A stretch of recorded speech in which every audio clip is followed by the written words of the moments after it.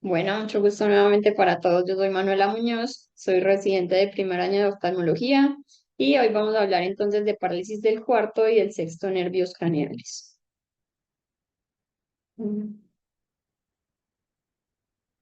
Entonces, estos son los temas que vamos a tratar el día de hoy. Pues vamos a hablar de cada una de las parálisis, vamos a decir algo de epidemiología como en general y de cada una vamos a describir como la anatomía y su función, la etiología, la evaluación y el diagnóstico y finalmente el tratamiento. Entonces, pues este es el mismo estudio que les había traído previamente en la parálisis del tercer nervio. Es el estudio publicado hace más de 20 años, que tuvo como una recolección de pacientes en un periodo de 15 años, identificando solo 36 casos combinados de las tres parálisis para una incidencia entonces ajustada por edad y sexo de todas las parálisis de 1,7 por 100.000 personas, siendo entonces la parálisis del cuarto nervio la primera en frecuencia, seguida luego del sexto y finalmente del tercero. Y entonces para el cuarto, como para el tercero, la causa más frecuente va a ser la causa congénita, mientras que para el sexto la causa más común va a ser la indeterminada. Y pues lo que quiero que nos llevemos como de esta tablita es que la parálisis del sexto es más frecuente de manera adquirida que congénita, mientras que la del tercer y la del cuarto pues es mucho más frecuente de manera congénita. Entonces ya vamos a hablar propiamente de la parálisis del cuarto nervio o troclear. Entonces, en cuanto a la anatomía, tenemos que este nervio va a tener un trayecto intracraneal, va a tener el trayecto intracraneal más largo, delgado y con menor número de axones, entonces esto va a hacer que sea mucho más vulnerable. Es el único nervio craneal de emergencia dorsal desde el tronco del encéfalo y es el único par que se decusa a excepción del segundo. Entonces, este va a comenzar en el mesencéfalo, a nivel del colículo inferior, como fascículos que se extienden desde los núcleos del cuarto nervio, y los nervios trocleares se van a cruzar después de salir dorsalmente del velo medular anterior, y el cuarto entonces va a pasar entre la arteria cerebelosa posterior y la arteria cerebral superior.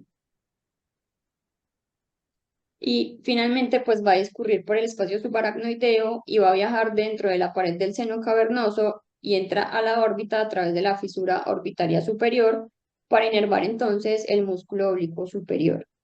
Entonces a lo largo pues como de su recorrido lo va a hacer propenso a sufrir múltiples lesiones, ya sea por traumas contusos o compresión o cambios de la presión intracraneana, tumores cerebrales o edema, pues en cualquiera de estas partes del recorrido del nervio. Entonces, en cuanto a la función, tenemos que el cuarto nervio es puramente deferente o motor e inerva entonces solo un músculo que es el oblicuo superior y las acciones principales del músculo. Entonces, la acción primaria va a ser la enciclotorsión, la secundaria la depresión en aducción y la acción terciaria va a ser la abducción. En cuanto a la etiología, entonces vamos a tener que las causas de la parálisis aislada del cuarto nervio, pues la mayoría van a ser congénitas, como ya mencioné previamente, incluso aquellas que se presentan en la edad adulta. Y entre las causas más comunes de lesiones adquiridas vamos a tener entonces el trauma y las enfermedades microvasculares. En cuanto a las causas congénitas, entonces vamos a tener que la mayoría, tanto en niños como en adultos, pues van a ser congénitas hasta en un 50%, y es importante diferenciar una parálisis adquirida de la descompensación de una parálisis congénita, porque los pacientes con parálisis congénitas aisladas, pues usualmente no van a requerir como de una evaluación neurológica o de imágenes adicionales. Y en cuanto a las causas, entonces podemos que se pueden deber a un tendón oblicuo superior anómalo, a un sitio anómalo de inserción o a un defecto de la tróclea o de tumores benignos como un schwannoma. Los pacientes con parálisis congénita a menudo pueden compensar la visión doble con una inclinación de la cabeza, que esto va a ayudar a minimizar los síntomas. Y con el tiempo, pues cada vez estos se van a volver más difíciles de controlar y ya entonces el paciente puede empezar a referir que tiene diplopia. Y es posible que el paciente insista que se trata de un problema nuevo, pero se puede comparar de pronto con fotografías previas que tenga el paciente y se va a notar que va a tener una inclinación de la cabeza. Puede haber una característica peculiar de la parálisis congénita y es que la cantidad de hipertropia de la posición primaria pues va a ser muy grande, llegando a tener desviaciones hasta de 20 o 30 dioptrías prismáticas. Y las siguientes entonces van a ser como características adicionales que pueden estar presentes en estos pacientes con parálisis congénita, como puede ser una ausencia de una queja de ciclotropia, es decir, como una inclinación subjetiva de la imagen a pesar de la exciclotorsión objetiva del fondo de ojo, una capacidad para fusionar una desviación vertical relativamente grande de los ojos, como con amplitudes más o menos de 6 a 8 dioptrías prismáticas, y una simetría facial, como puede haber una hipoplasia de la cara del lado al que se gira la cabeza. Y es posible entonces pues que la cantidad de hipertropia realmente no coincida con el grado de inclinación de la cabeza en la parálisis, y esto se puede ver a varias razones. La primera es que la inclinación de la cabeza generalmente va a compensar la torsión, pero no necesariamente la desviación vertical, y algunos pacientes pueden incluso inclinarse en la dirección opuesta para suprimir mejor o ignorar la segunda imagen. Y también, pues la otra razón es que existen cantidades variables de ciclofusión sensorial en los pacientes y esto puede oscurecer o negar la torsión que se ve objetivamente. Entonces, en estas parálisis congénitas, pues también está la parálisis familiar, esta es mucho más rara y va a tener un patrón de herencia autosómico dominante. Entonces, pues si bien no requieren como una resonancia magnética para evaluar al paciente con parálisis del cuarto nervio, pues los hallazgos corroborativos pues pueden incluir un músculo oblicuo superior ausente o autrófico y puede ser necesaria una comparación con el lado no afectado, pues ya que estos hallazgos en muchas ocasiones pueden ser como muy sutiles. Y usualmente pues se debe a una alteración en el tendón anormal del oblicuo superior, la inserción anormal del tendón o al defecto en la trújula. En cuanto a la parálisis traumática, entonces, a diferencia de la parálisis del tercero o del sexto, que el tercero habíamos mencionado que se necesitaba como un trauma de alta energía, en este caso la parálisis puede ocurrir con golpes que no incluyen de pronto pérdida del conocimiento o fracturas de cráneo, pueden ser golpes sutiles, entonces pues hay que tenerlo como en cuenta. Y la afectación bilateral ocurre en una minoría significativa de pacientes con una parálisis traumática. Y en la mayoría de los casos la resonancia no tiene nada especial o implica pues una lesión del propio nervio, pero en algunos pacientes se puede documentar de pronto una contusión o una hemorragia. Y algunas parálisis traumáticas pues van a mejorar con el tiempo, pero hay que tener en cuenta que la mayoría no van a mejorar por sí solas. Está también la etiología microvascular, pues esta puede ser mucho más común en adultos, pero también es importante que lo tengamos en cuenta en los niños. Afecta principalmente al tercero y al sexto, pero pues también se puede ver en el cuarto. Y estos pacientes suelen ser entonces de edad avanzada con factores de riesgo microvasculares como hipertensión, diabetes, aterosclerosis, y usualmente pues presentan como un inicio brusco de los síntomas. La resonancia entonces en este caso nos va a mostrar un infarto del tegmento del mesencéfalo, un compromiso de los fascículos del cuarto nervio y puede producir entonces también un infarto microvascular, pero estos pues son demostrables mediante una resonancia y el diagnóstico es más presuntivo que confirmado. Tenemos también entonces la etiología idiopática, más o menos el 4% de los pacientes con parálisis del cuarto nervio no va a tener un diagnóstico etiológico después de la evaluación, entonces pues cabrían como dentro de este grupo de pacientes. Y las parálisis idiopáticas, al igual que las del tercero y del sexto, pues a menudo se van a presentar con una leve molestia o un dolor sobre la ceja del ojo afectado que va a desaparecer después de que inicia la diplopia. Y cuando se pide al paciente que señale el dolor, pues suelen indicar como un área justo encima de la ceja del lado de la debilidad muscular y rara vez el dolor pues va a requerir como un manejo médico. Y los casos idiopáticos pueden resolver como a las pocas semanas. Tenemos entonces como otras etiologías. Las causas menos comunes de la parálisis aislada del cuarto nervio van a incluir entonces tumores del tronco encefálico o a lo largo del cuarto nervio como schwannomas, hemangiomas del seno cavernoso o tumores ya como metastásicos. También se puede deber en ocasiones a infecciones intracraneales o meníngeas, a un zóster oftálmico, a un macroadenoma de la hipófisis, aneurismas de la arteria cerebelosa intracavernosa o superior y una hemorragia subaracnoidea. Y en raras ocasiones la parálisis se puede deber a un aumento de la presión intracraneal y es importante observar cuidadosamente la cabeza del nervio óptico para asegurarnos de que no haya papiledema. En cuanto a las manifestaciones clínicas, entonces tenemos que se pueden quejar de diplopia vertical binocular, es decir, cuando tienen ambos ojos abiertos, o también con una inclinación subjetiva de los objetos, que sería como una diplopia torsional. Y esta diplopia va a empeorar con la mirada contralateral o la inclinación al mismo lado de la cabeza, pues como el nervio afectado, con la mirada hacia abajo. Y las personas que están levemente afectadas pueden simplemente referir como una visión borrosa, una dificultad para concentrarse y en ocasiones pues como mareos en lugar de la diplopia propiamente manifiesta. Como ya mencioné previamente, pues es importante pedirle al paciente de pronto fotografías antiguas para evaluar si previamente ya tenía como la inclinación de la cabeza. Y también hay pacientes que inconscientemente pueden cerrar un ojo para leer, para abolir la diplopia en estos casos. Entonces, en la exploración, pues vamos a observar una hipertrofia ipsilateral con una exciclotorsión del ojo afectado. Y la desviación hacia arriba, pues va a ser mayor cuando la mirada se dirige en la dirección de acción del músculo débil, y la desviación también es mayor en la inclinación de la cabeza al lado ipsilateral. Entonces, de esta manera, pues una parálisis del cuarto nervio izquierdo va a generar una hipertrofia izquierda que va a ser mayor con la mirada hacia la derecha y con la cabeza inclinada hacia la izquierda. Entonces, estas características pues van a formar como la base del diagnóstico. Los pacientes entonces con una parálisis unilateral y una desviación pequeña puede ser únicamente evidente con la prueba de los tres pasos, y en este contexto entonces es importante considerar la posibilidad de una parálisis bilateral del oblicuo superior enmascarada, porque en este caso la desviación de la posición primaria va a quedar oculta porque las parálisis bilaterales se anulan entre sí. Entonces, en cuanto a las características clínicas asociadas, las parálisis del cuarto nervio pueden ser aisladas o acompañadas de otras anomalías neurológicas contribuyentes, y las parálisis no aisladas se pueden dividir en cuatro síndromes según la anatomía topográfica del cuarto nervio.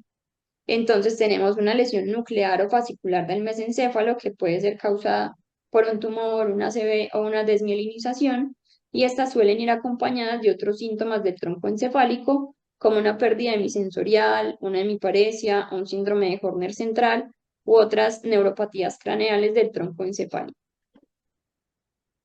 Están entonces también las lesiones del espacio subaracnoideo, que pueden estar causadas por aneurismas, aumento de la presión intracraneal o hidrocefalia, infecciones secundarias a una punción lumbar o a una anestesia espinal y traumas u otras neoplasias. Y estos pacientes pues usualmente van a referir una cefalea, rigidez de cuello u otras anomalías de los nervios craneales.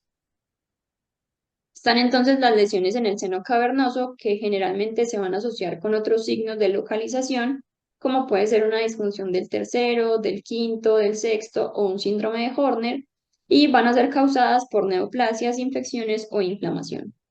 Y las lesiones orbitarias, que a menudo pues van a afectar los pares, el tercero, el quinto y el sexto, así también como pueden comprometer el nervio óptico, y la afectación orbitaria puede producir signos como proptosis, quemosis, edema orbitario o de la conjuntiva, y pueden ser causadas por neoplasias, una celulitis orbitaria, infiltración, inflamación o por trauma. Y el cuarto nervio entonces sale del dorso del tronco del encéfalo, entonces pueden presentarse signos neurológicos de enfermedad cerebelosa cuando, por ejemplo, un tumor pues se va a localizar en esa región. Entonces, en cuanto a la evaluación y el diagnóstico, entonces vamos a continuar con la prueba de los tres pasos de Parks-Bielchowski. Entonces, esta nos va a ayudar a determinar cuál es el ojo que está en hipertrofia. Pues este es el primer paso. Entonces, la determinación del ojo más hipertrópico va a reducir las posibilidades paréticas a cuatro músculos extraoculares, que serían el oblicuo superior ipsilateral, el recto inferior, el oblicuo inferior contralateral o el recto superior. Entonces, por ejemplo, si el ojo izquierdo es el que está más alto, es decir, en hipertrofia, entonces los músculos potencialmente involucrados van a incluir los depresores del ojo izquierdo, que serían el oblicuo superior izquierdo y el recto inferior izquierdo, o los elevadores del ojo derecho, que serían el oblicuo inferior derecho y el recto superior derecho. Entonces, acá en esta foto se muestra una posición anormal típica de la cabeza que adquieren estos pacientes, y la cabeza en este caso pues está inclinada hacia la derecha, lejos del músculo comprometido, que sería el del ojo izquierdo. El mentón pues vemos que está un poco inclinado hacia abajo, y en esta postura de la cabeza, pues el niño ayuda como a fusionar y a disminuir o evitar la diplopia. Y acá en la B, entonces va a haber una pequeña hipertrofia del ojo izquierdo en la mirada primaria pues de la cabeza y este sería como el primer paso. Entonces, en el segundo paso vamos a determinar si la hipertrofia empeora con la mirada hacia la derecha o hacia la izquierda. Entonces, esta determinación de la mirada horizontal nos va a ayudar a descartar ya no cuatro músculos, sino que solo nos vamos a quedar con dos, porque solo dos músculos pues van a actuar en la mirada a la derecha y dos a la mirada a la izquierda. Entonces, si la hipertrofia es peor con la mirada contralateral, pues porque ese es el movimiento que controla el músculo parético, como podemos observar en la imagen. Entonces, el empeoramiento de la hipertrofia en la mirada a la derecha de un paciente con una hipertrofia del ojo izquierdo va a implicar que el músculo afectado entonces puede ser el oblicuo superior izquierdo o el recto superior derecho. Entonces, acá en esta imagen vemos que hay una hipertrofia izquierda que va a empeorar con la mirada hacia la derecha. Y el tercer paso entonces sería si la hipertrofia empeora al inclinar la cabeza a la derecha o hacia la izquierda. Entonces esta determinación nos va a finalmente dar como el músculo que está afectado. Entonces la hiperdesviación va a ser peor en la inclinación de la cabeza ipsilateral en una parálisis del cuarto nervio, porque la capacidad de torsión del oblicuo superior ipsilateral va a ser débil y va a ser compensada por el otro intorsionador ipsilateral que sería el recto superior. Entonces, esta activación del recto superior va a generar una elevación del ojo y pues va a empeorar la hipertrofia. Y la desviación pues va a mejorar con la inclinación contralateral de la cabeza, pues que sería la posición que normalmente el paciente va a adoptar para suprimir la diplopia. Entonces, en esta imagen la hipertrofia izquierda empeora con la mirada hacia la derecha y la inclinación de la cabeza a la izquierda, pues entonces sería finalmente compatible con una parálisis del oblicuo superior izquierdo. Vean, eso uno termina resolviéndolo como muy pragmáticamente. Resulta que si el niño, usted lo ve y tiene la cabecita inclinada hacia un lado, póngale el lado derecho. Entonces, ¿por qué está inclinando la cabecita hacia el lado derecho siempre? Usted le toca la nuca, ve si está rígida, si no está rígida, qué hay allí, y le mira la cara y ve si tiene un poquito de hipo, o sea, de hipodesarrollo de el lado hacia donde está torciendo la cabecita. ¿Y por qué está torciendo la cabecita hacia ese lado? Pues porque hacia ese lado evita la diplopia. Y si usted le tuerce la cabeza hacia el lado opuesto, va a encontrarse ahí el ojo que se sube, el otro ojo que se sube, o sea, el ojo afectado del otro lado. Entonces usted le tuerce la cabeza hacia el otro lado y ahí ¡prum! Se le sube el ojo opuesto, el ojo izquierdo, y ya tiene ahí prácticamente el diagnóstico. De modo que, y también es útil ponerlo a mirar hacia horizontalmente a la derecha y a la izquierda. Aumenta en la posición, o sea, la desviación vertical aumenta en la mirada opuesta hacia donde está la parálisis y se mejora hacia donde está la parálisis, en la mirada a la derecha. Entonces, ahí sería la izquierda. Entonces, digamos que para mí, yo hago el diagnóstico generalmente cuando hay inclinación de cabeza, torciéndole la cabecita hacia el otro lado de donde la tuerce el paciente. Y ahí veo la hipertrofia. Entonces, ahí veo la hipertrofia del ojo del otro lado y ahí ya prácticamente tengo el diagnóstico. Entonces, Sí, es Manuela, hace pensar, poquito tuvimos un caso de libro, ¿no? Sí, profe. sí, a Tal Manuela cual. le han tocado, le tocó cirugía del oblicuo inferior conmigo, también en un pacientico que entró así, ella ahí mismo le hizo el Ujú. diagnóstico Sí, eh, sí, sí. de la parálisis y entonces, y está lo más bien, está mucho mejor de la posición de cabeza, Manuela. Bien. Es importante además que desde que los niños ingresan al consultorio, ustedes ya están viendo cómo el niño Tienen que está mirarlo, de una. Sí, cómo está ingresando el niño caminando a su consultorio. Desde ahí usted ya empieza el examen. aunque la mamá no se lo diga y aunque no se lo Exactamente. pongan como síntoma. Y en los bebecitos generalmente se nota más después de que se empiezan a sentar. y ya están en posición vertical mucho tiempo, entonces ahí ya la cabecita la tuercen mucho o se nota más la torcedura de la cabeza. Y se ve la hipoplasia del área hacia donde Del se lado. dobla la Ujú. cabeza, porque ahí se dobla la carótida y hay menos riego sanguíneo hacia la cabeza, hacia la carita. Sí, es Entonces muy hay menos importante. flujo que... Hace poco tuve fue un adulto que me decía que él trabajaba viendo como mecánico. Entonces, claro, en esa posición veía doble porque tenía que agachar su cabeza para enfocar pues por debajo Mm. del carro. Entonces me decía, no, la vida me cambió porque ya puedo hacer mejor mi trabajo. Y el otro era que yo, no sé si algún día le contaba a Manuela, un paciente que jugaba, ¿cómo se llama? Billar. Y también decía que le había tocado retirarse y lo operé y ya dice, volví a jugar, no lo puedo creer. Estaba muy contento porque son los adultos, genera demasiado eh, disconfort, es demasiado, o sea, la imagen se torna demasiado distorsionada para un adulto. Y también es importante saber que los adultos, o sea, una parálisis congénita puede permanecer mucho tiempo sin Sí, diagnóstico y sin síntomas hasta que el paciente ya se descompensa por alguna cosa y sí. empieza a sentir o mucho dolor en la nuca o Ujú. un disconfort que no sabe evaluar muy bien qué es, Sí, es muy qué llamativo. es lo Había que una le persona pasa. adulta que me decía es que ahora que veo las fotos, yo siempre posaba así y ya no aguanto más el dolor del cuello, pero no entendía por qué siempre ella se veía en las fotos de lado. Y claro, todo el mundo Y era como una posa con la parálisis. cara torcida, Claro, pues nadie lo considera anormal. sí. Y ese es mi En la mejor foto de la ángulo. cédula sí se nota mucho.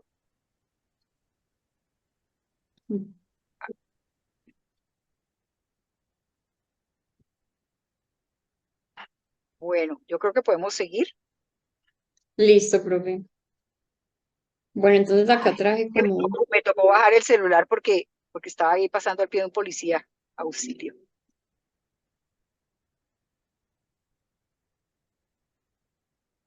entonces acá hay un videíto, entonces pues el paciente tiene una posición compensadora de la cabeza y en la posición primaria se ve pues que el ojo izquierdo está en hipertrofia y va a empeorar con la inclinación de la cabeza hacia el lado izquierdo, como se ve ahí al final del video.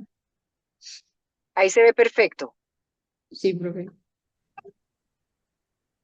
Entonces, pues hay algunos autores que dicen que puede haber hoy un cuarto paso para garantizar que la excitotorsión típica del músculo oblicuo superior débil pues esté presente en el lado afectado y dicen que se puede ver con la doble varilla de Maddox o con una fotografía del fondo de ojo que demuestre la excitotorsión ipsilateral, como en esta imagen acá de la derecha del fondo de ojo. Y pues la prueba en posición supina es un cuarto paso alternativo que puede ser propuesto para diferenciar la desviación sesgada de pronto de otras causas de estrabismo vertical. Entonces, pues las siguientes características van a sugerir una parálisis bilateral del cuarto, que sería una hipertrofia alterna en la mirada horizontal o una inclinación de la cabeza. Entonces, por ejemplo, una hipertrofia derecha en la mirada hacia la izquierda o una hipertrofia izquierda con la mirada hacia la derecha. También puede ser una prueba de inclinación de la cabeza positiva hacia cualquiera de los dos lados, es decir, pues como una prueba de la inclinación de la cabeza de Bielchowski doble. También puede ser un gran grado de exciclotorsión que sea más de 10 grados o una endotropia en patrón en B, es decir, una diferencia de 15 dioptrías prismáticas o más en una endotropia entre la mirada hacia arriba y en la mirada hacia abajo, causada por una disminución en el efecto abductor de los músculos oblicuos superiores en la depresión y una sobreacción de los oblicuos inferiores. También por una infracción de ambos músculos oblicuos superiores o una hiperacción de ambos músculos oblicuos inferiores o una hipertrofia relativamente pequeña en la posición primaria, pues que los dos ojos tengan como una desviación vertical y pues tienden a anularse entre sí. Entonces, pues estas características clínicas deben usarse en combinación para hacer el diagnóstico de una parálisis bilateral y las pruebas individuales como una hipertrofia alterna, la inclinación de la cabeza, pues estas no van a ser suficientemente sensibles para realizar el diagnóstico de forma aislada. Entonces acá en esta imagen vemos una paciente con una parálisis bilateral del cuarto nervio entonces va a tener una hipertrofia inversa, entonces tiene una hipertrofia izquierda con la mirada hacia la derecha y una hipertrofia derecha con la mirada hacia la izquierda. Ahí están viendo cuando señalo, acá en estas imágenes de la mitad. Y la Yo no lo desviación veo, pero, entonces, perdón, sí, ya lo encontré. También es importante ver que hay una limitación para la depresión en sí, pero adulción, ya ¿no? voy para allá. Ujú. Entonces la desviación de la posición primaria pues no es muy evidente porque ya dije que la parálisis se anula y hay una acción entonces insuficiente de ambos músculos oblicuos superiores como se puede evidenciar acá en las imágenes de abajo y hay una sobreacción de los músculos inferiores como se puede ver en las imágenes de arriba. Entonces, en cuanto a la medición de la torsión, pues esta se va a medir de manera objetiva con la varilla de Maddox doble y es importante medir la torsión porque una torsión mayor de 5 a 8 grados pues puede requerir una cirugía de torsión como el procedimiento de Aradaito que enseguida pues más adelante vamos a hablar sobre él. Y además pues la torsión puede ser un factor limitante para la fusión incluso en las desviaciones verticales o horizontales cuando se corrigen con cirugía o con prismas. En cuanto a los diagnósticos diferenciales, entonces, pues otras alteraciones que se pueden presentar con hallazgos similares y se deben considerar, pues pueden ser un estrabismo vertical restrictivo, que este puede generarse por una fractura del piso de la órbita, de tumores de la órbita, un pseudotumor orbitario o una oftalmopatía de Graves. Y estos pacientes suelen tener signos orbitarios adicionales como una proptosis, quemosis, inyección conjuntival y la aducción forzada pues nos puede ayudar a confirmar la naturaleza restrictiva de esta oftalmoplejía. Puede ser también por otros estrabismos verticales paréticos. Entonces, este puede ser producido por una parálisis parcial del tercer nervio que va a afectar el recto inferior, el superior y el oblicuo inferior.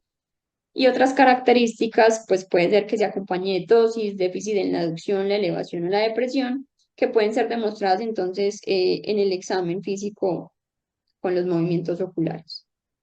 Está también entonces la miastenia gravis, que puede imitar cualquier oftalmoplejía no proptótica, indolora y sin pupila, y suele estar presente en otros signos en la miastenia gravis, como son la tosis, que puede ser variable y que aumenta con la fatiga, y la oftalmopatía tiroidea, pues que se observa con mayor frecuencia en adultos.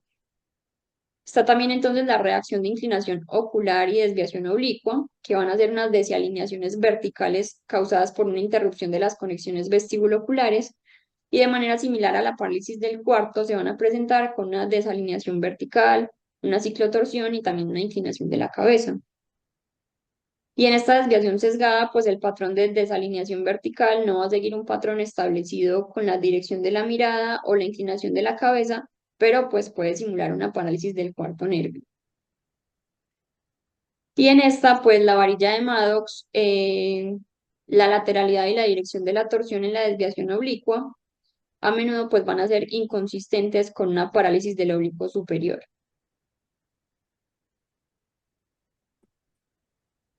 En cuanto a las ayudas diagnósticas, las personas que tienen parálisis no aislada del cuarto nervio con signos o síntomas neurológicos que se localizan en el tronco del encéfalo, el espacio subaracnoide o el seno cavernoso a la órbita, pues finalmente deben someterse a una neuroimagen para evaluar mucho mejor esta área. Y los pacientes con una parálisis del cuarto neurológicamente aislada, que parece claramente congénita, traumática o isquémica, pues no requieren una neuroimagen, pero a veces se observan hallazgos corroborativos en la neuroimagen que nos pueden ayudar con el diagnóstico. Entonces tenemos que la resonancia va a ser superior al TAC en cuanto a la evaluación de una parálisis del cuarto nervio no aislada, pues porque va a ser más sensible en cuanto a la detección de artefactos óseos y también de lesiones intracraneales en la fosa posterior, mientras que la tomografía pues se debe usar en los pacientes que finalmente no se les pueda realizar una resonancia o que requieran pues la evaluación ósea o que se sospeche una hemorragia aguda. Y además entonces de detectar lesiones en el mesencéfalo o el seno cavernoso y la órbita, la resonancia nos puede ayudar a demostrar lesiones nerviosas realzadas en el espacio subaracnoideo como un schwannoma o una inflamación focal. Hay algunos pacientes que pueden requerir ayudas diagnósticas adicionales, de pronto como una punción lumbar en pacientes que se sospeche una meningitis, o la evaluación pues para imitaciones de patologías como la miastenia, la enfermedad tiroidea y la desviación oblicua. Pueden estar justificadas cuando pues se sospechan por la clínica, pero por lo general pues una parálisis del cuarto par, el diagnóstico va a ser clínico y realmente pues va a ser sencillo. En cuanto al tratamiento, pues va a depender de la etiología que estemos sospechando. Entonces, pues si el paciente tiene una etiología no traumática como un tumor, el aumento de la presión, eh, pues el tratamiento ya va a ser dirigido a esas patologías y se debe considerar en pacientes sintomáticos con parálisis aislada que sean congénitas o traumáticas, la realización entonces de las imágenes. Los pacientes con una parálisis traumática del cuarto nervio, dependiendo de la gravedad de la lesión, pues pueden mejorar con el tiempo y a menudo van a ser observados durante varios meses antes de considerarse como un tratamiento establecido. Y finalmente, si la parálisis no resuelve, la tendencia es que se vuelva a una patología comitante, entonces lo que hace adecuado una terapia con prismas. Y pues esta terapia con prismas puede usarse cuando las desviaciones son pequeñas, son comitantes y de larga duración, y si el paciente pues se siente a gusto, se pueden fresar incluso estos prismas a las gafas.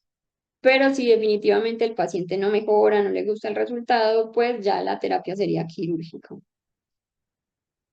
También se puede llegar a usar la terapia con parches, que puede ayudar a aliviar la diplopia binocular y pues va a ser útil en pacientes que están siendo observados o que se pospone pues el tratamiento con prismas o el tratamiento quirúrgico. Y pues es importante usar el parche con precaución y con la ayuda de un especialista para no ir a inducir una ambliopía pues en los en los rangos de edad en los que esta se puede presentar. Y tenemos que hay otra terapia como que nos puede también servir para ayudar al control de los síntomas mientras de pronto se resuelve la parálisis de manera espontánea, como es la toxina botulínica, o pues finalmente mientras se lleva al paciente a un procedimiento quirúrgico. Entonces, en cuanto al tratamiento quirúrgico, entonces se puede hacer un debilitamiento del oblicuo inferior ipsilateral, una laxitud del oblicuo superior, el procedimiento de Arada-Ito, que este se hace cuando hay una desviación mayor de 15 dioptrías prismáticas en la posición primaria de la mirada. Se hacen entonces usualmente dos músculos, se hace un debilitamiento del oblicuo inferior y una resección del oblicuo superior, y el riesgo es que se desarrolle un síndrome de Brown iatrogénico que está caracterizado por la incapacidad para la evaluación del ojo afectado cuando hay aducción completa. Y esta entonces es una paciente con una parálisis congénita del nervio craneal izquierdo del cuarto. Entonces acá en la primera imagen hay una hipertrofia izquierda y a la inclinación de la cabeza pues hacia la derecha cuando el paciente era un niño. En la B ya vemos que la inclinación de la cabeza hacia la derecha pues todavía está presente 40 años después de que el paciente describía como las dificultades visuales. Y en la C pues ya finalmente es la corrección posteriormente a la cirugía y vemos que la paciente pues ya no tiene la necesidad de inclinar la cabeza. Vamos entonces a continuar ahora con la parálisis del sexto nervio. Esta es la segunda parálisis más común, pero la primera cuando hablamos de que ocurre como de forma aislada, como ya mencioné previamente. En cuanto a la anatomía, entonces el sexto nervio, que es el abducens, va a inervar solo el recto lateral ipsilateral, que se encarga de abducir el ojo, es decir, llevarlo hacia afuera. Entonces, el núcleo se va a encontrar localizado en el puente, cerca de la línea media, que se encuentra ventral al cuarto ventrículo, y a nivel del colículo facial, y cada núcleo del sexto nervio va a contener todas las neuronas responsables de la mirada horizontal ipsilateral. Estos van a incluir entonces las neuronas motoras del músculo recto lateral ipsilateral y las interneuronas del subnúcleo del recto medial del tercer nervio contralateral en el mesencéfalo. Y estas interneuronas van a viajar por el fascículo longitudinal medial hasta el subnúcleo del tercer nervio contralateral, como se puede ver acá en esta imagen. Y vamos a volver entonces a esta imagen de la izquierda, donde las fibras del séptimo nervio pues van a envolver el núcleo del sexto, por lo que también es frecuente que una parálisis facial de motoneurona inferior ipsilateral y una parálisis pues aislada del sexto nunca va a ser solo de origen nuclear. Entonces el fascículo del sexto nervio va a salir del núcleo y va a discurrir antero-inferior a través del tegmento pontino adyacente al lemnisco medial y adyacente a las corticoespinal.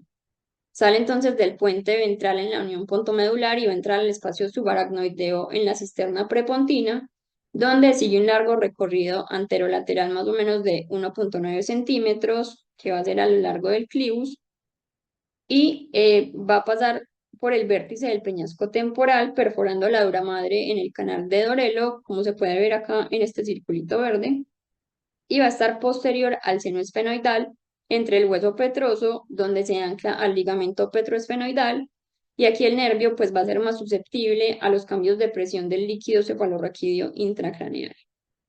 Luego, pues ese nervio va a discurrir a través del seno cavernoso, donde se encuentra lateral a la arteria carótida cavernosa y medial a la división del nervio trigémino de la rama B1. Las fibras entonces simpáticas van a viajar entonces con el sexto nervio en el seno cavernoso antes de continuar anteriormente con la división superior del quinto nervio, y el sexto pues finalmente va a ingresar a la órbita a través de la fisura orbitaria eh, superior a través del anillo de Zinc para inervar pues el músculo recto lateral. Entonces, en cuanto a la etiología, puede deberse a varias causas dependiendo de la ubicación a lo largo del trayecto del nervio que mencionamos. Y en los niños, las etiologías más comunes van a ser tumores, traumas, el aumento de la presión intracraneana y las lesiones congénitas. Entonces, tenemos que puede haber lesiones nucleares fasciculares. Estas se caracterizan porque son desmielinizantes, isquémicas, neoplásicas, y la parálisis de la mirada horizontal. También puede haber una parálisis facial ipsilateral con hemiparesia y una pérdida hemisensorial o una dismetría. Y se pueden ver también una encefalopatía de Wernicke que se caracteriza por la presencia de una ataxia en la marcha. Puede haber entonces también lesiones en el espacio subaracnoideo, donde vamos a tener un aumento de la presión intracraneana, que puede ser de manera bilateral, y cuando hay compromiso microvascular, puede haber una parálisis aislada del nervio craneal y un dolor periorbitario ipsilateral. Cuando hay inflamación o infiltración meningea por una infección, se puede ver también a una neoplasia, un proceso inflamatorio, y el síntoma puede ser el meningismo, y también puede haber una baja presión intracraneana, generando entonces una cefalea, náuseas, emesis que van a empeorar con la postura erguida. Las lesiones del apex petroso, que se pueden deber a neoplasias o tumores, también por infecciones o inflamación, una trombosis del seno petroso inferior o una fractura de base de cráneo del apex petroso. Están también las lesiones del seno cavernoso, que pueden ser debidas a una trombosis o una fístula del seno cavernoso, una neoplasia o un tumor, adenomas pituitarios, infecciones o inflamación, como el síndrome de Tolosa-Hunt, un aneurisma o una disección de la arteria carótida interna. Y las lesiones de la órbita que se pueden deber a neoplasias, infecciones o inflamación. Entonces, las parálisis pueden ser aisladas, es decir, que no presentan déficit neurológico, o pueden ser no aisladas, es decir, que sí tienen déficit neurológico. Y estas entonces pueden ser de etiología congénita, traumática, postviral, como por ejemplo después del COVID, por causas microvasculares, idiopáticas o por vacunas. En cuanto a las manifestaciones clínicas, entonces estos pacientes se pueden quejar de una diplopia horizontal. La diplopia también es binocular y esta va a empeorar con la mirada horizontal hacia el lado del músculo recto comprometido. Las personas más levemente afectadas igual pueden referir que no tienen diplopia, simplemente se van a quejar de una visión borrosa, una dificultad para concentrarse o mareos, y el dolor ocular pues no es infrecuente, y particularmente pues se presenta en pacientes con neuropatías craneales microvasculares. Al principio pues el estrabismo puede estar presente solo con la mirada hacia el lado paralizado, pero ya con el tiempo la endotropia va a estar presente en la posición primaria de la mirada y el ojo no va a lograr abducir por completo. Y también es importante tener en cuenta el grado de endotropia y el déficit de abducción, porque estos van a ser marcadores de la enfermedad, ya sea de la paresia o de la parálisis. Y a menudo, pues estos pacientes giran la cabeza entonces hacia el lado paralizado para evitar mirar hacia el músculo recto lateral sintomático y otros pacientes incluso pues pueden cerrar un ojo para evitar la diplopia. Entonces acá en esta imagen podemos ver una parálisis del sexto nervio derecho que se aprecia una endotropia del ojo derecho en la posición primaria de la mirada con una limitación para la abducción al mirar hacia el lado comprometido.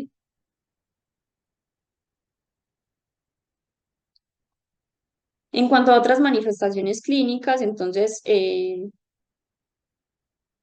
las manifestaciones clínicas que pueden acompañar la parálisis no aislada pueden ser entonces,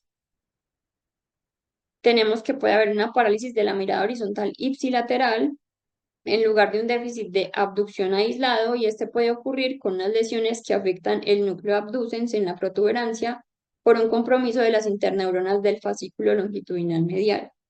Y estas interneuronas entonces van a controlar la función del recto medial contralateral durante un intento de la mirada horizontal ipsilateral. Y una parálisis del nervio facial ipsilateral generalmente también ocurre con una lesión pontina debido a la proximidad de los núcleos facial y abducens. Y otros signos que pueden acompañar entonces este cuadro clínico puede ser una hemiparesia, una pérdida hemisensorial, un síndrome de Horner central y pueden acompañar entonces una lesión del núcleo del sexto con patologías más extensas del tronco encefálico. Las parálisis bilaterales del sexto nervio pues van a sugerir una lesión en el espacio subaracnoideo, de pronto pues por alguna meningitis, y estos pacientes pueden ocurrir también una parálisis del sexto como un signo no localizado de aumento de la presión intracraneal, de pronto por una tracción del sexto nervio. Y el sexto, pues, es particularmente susceptible a este fenómeno por el largo recorrido que tiene dentro del espacio subaracnoideo que les mencioné, que es de 1,9 centímetros, y puede presentarse también con cefalea, náuseas, vómito y un signo como el papiledema. En cuanto a otras manifestaciones clínicas, entonces tenemos el síndrome de Graham-Igor que se va a caracterizar por un dolor facial y un compromiso de los pares el quinto, el sexto, el séptimo y el octavo, y esto va a sugerir como una lesión del ápex petroso. También puede haber lesiones del seno cavernoso o de la fisura orbitaria superior, donde vamos a tener un deterioro del tercero, el cuarto, el quinto, también pueden estar asociados con un síndrome de Horner ipsilateral y las lesiones de la órbita pues van a aparecer con signos orbitarios como la proptosis, la quemosis y en ocasiones puede haber también una neuropatía óptica compresiva con o sin edema del nervio óptico. En cuanto a la evaluación, entonces va a depender de si la parálisis es aislada o está acompañada de otras anomalías neurológicas. La anamnesis y el examen físico iniciales entonces deben centrarse en la distinción y también se deben incluir algunos componentes. Entonces se debe preguntar si la parálisis está aislada neurológicamente o hay otros signos o síntomas neurológicos asociados, si el paciente tiene de pronto algún antecedente de trauma o de una enfermedad sistémica, y en pacientes con anomalías neurológicas hay que indagar entonces si están presentes síntomas o signos de aumento de la presión intracraneana, como es una cefalea, náuseas, vómito, papiledema o compromiso de otros nervios craneales. Evaluar si el examen neurológico es normal o se encuentra alterado, si el paciente de pronto tiene signos hemisféricos focales como una afasia o una hemianopsia, y si el paciente tiene signos de fosa posterior, como pueden ser un nistagmus, una ataxia o una parálisis facial, y la presencia de hallazgos neurológicos pues nos va a ayudar a delimitar la ubicación de la lesión, también a descartar diagnósticos diferenciales y a determinar cuál es la mejor neuroimagen que el paciente se debe realizar. En cuanto a las imágenes diagnósticas, entonces van a tener ciertas indicaciones. Entonces, siempre que una parálisis del sexto se acompañe de otros hallazgos neurológicos, se debe realizar. También se deben realizar neuroimágenes en la mayoría de los niños o adultos con una parálisis aislada del sexto nervio. Las parálisis aisladas del sexto pueden ser congénitas, traumáticas, postvirales e idiopáticas e incluso asociarse a malignidad. Y las imágenes deben realizarse entonces con urgencia, sobre todo cuando hay signos focales o de papiledema. Y también están indicadas cuando luego de 3 meses de una parálisis microvascular no hay mejoría, hay una recurrencia o fluctuaciones en el cuadro clínico que presenta el paciente. En cuanto a los tipos de imagen, entonces tenemos nuevamente la resonancia o la tomografía, La resonancia debería ser una resonancia de cerebro y órbitas con supresión grasa y cortes de 1,5 milímetros con gadolinio, pues este sería el gol estándar, por la capacidad superior de obtener imágenes de la fosa posterior. Y la tomografía con contraste, pues es una alternativa cuando la resonancia no puede ser realizada. Y pues tanto en la resonancia como en la tomografía, pues se debe realizar como toda la evaluación del recorrido de nervio abducens desde el origen pontomedular hasta la fisura orbitaria superior para poder detectar adecuadamente las lesiones. Entonces hay pacientes que pueden requerir otras pruebas, por ejemplo la punción lumbar con medición de la presión de apertura y análisis del líquido cefalorraquídeo para evaluar procesos meningeos o de hipertensión intracraneal ni idiopática, y ya exámenes de laboratorio como ANCAS para descartar granulomatosis con poliangiitis, que es más frecuente en los adultos, o una PCR con BCG para una arteritis de células gigantes. En cuanto a los diagnósticos diferenciales, entonces tenemos la orbitopatía restrictiva, que ya la mencioné previamente, la miositis orbitaria, que puede haber un compromiso difuso, y una diplopia. En este caso, pues habría que realizar una resonancia, la miastenia gravis, que ya también la mencioné en la parálisis del cuarto nervio, los trastornos supranucleares de la mirada, que nos van a ayudar a diferenciarlos junto con la endotropia infantil, porque ninguno de estos dos genera diplopia. Está el espasmo del reflejo cercano, que genera una endotropia variable y un déficit en la abducción, y el síndrome del ojo caído, que hay una diplopia horizontal con una.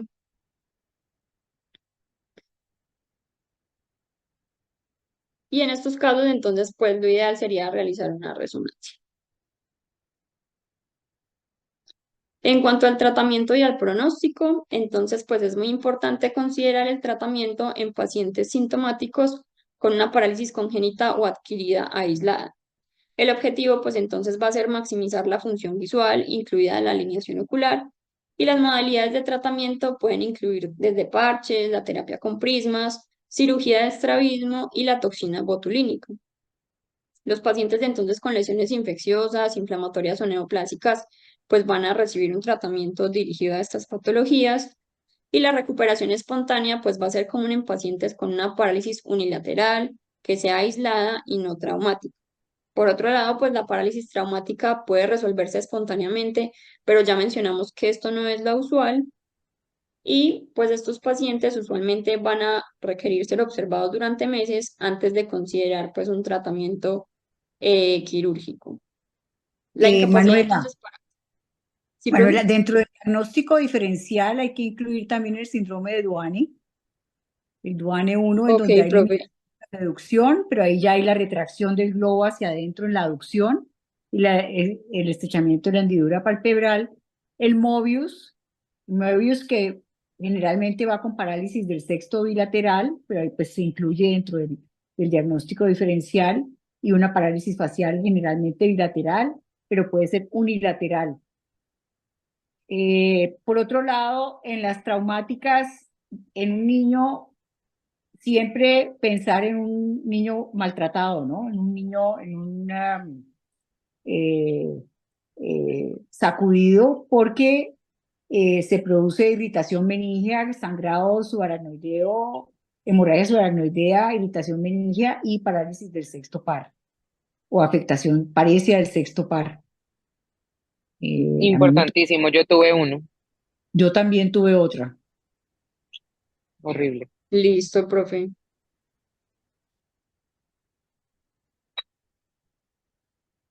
Entonces el tratamiento se puede hacer con parche. Este nos va a ayudar a aliviar la diplopia binocular.